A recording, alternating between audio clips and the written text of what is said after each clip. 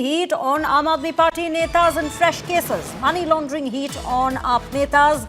The ED, in fact, is to summon AAP netas for questioning. Scam heat on Saurabh Bhardwaj, Satyendra Jain.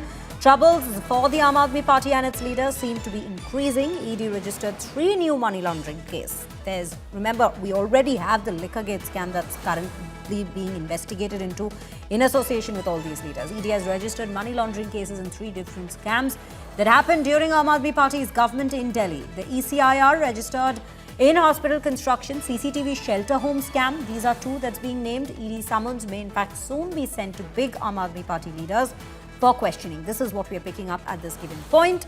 Arvind Ojha joins us on the broadcast to bring us more details. Arvind ji, आप हमें बताएं कि अभी और क्या जानकारी मिल रही है इस पूरे डेवलपमेंट में। ईडी और 3 केसेस सामने लाई है अगेंस्ट आम आदमी पार्टी नेताज।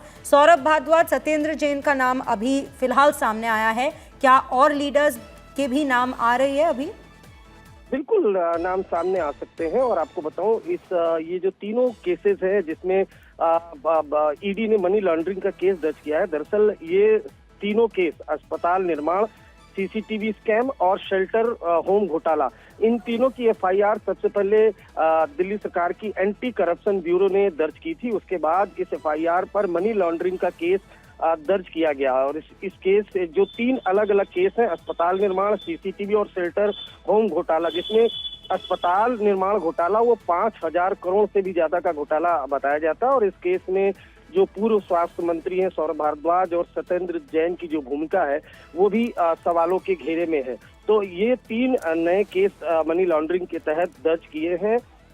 एसीबी ने पहले एफआईआर दर्ज की थी, उसके बाद ईडी ने मनी लॉन्ड्रिंग का केस दर्ज किया है।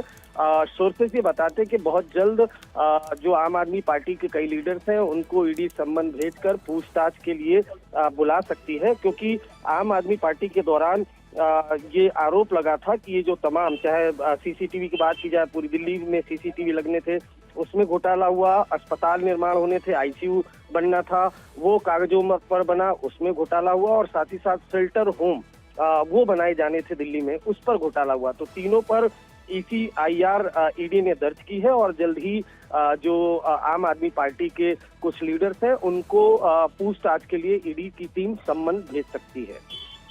जी अरविंद, हमें ये सारी जानकारी देने के लिए बहुत बहुत धन्यवाद। Well, those are the details we're picking up in terms of what the cases were, what are the preliminary details that have come to light as the ED continues to investigate, and the heat seems to be on 2 leaders as their names have come forward, Saurabh Bhardwaj and Satyendra Jain. More names may be added to the list as the investigation continues.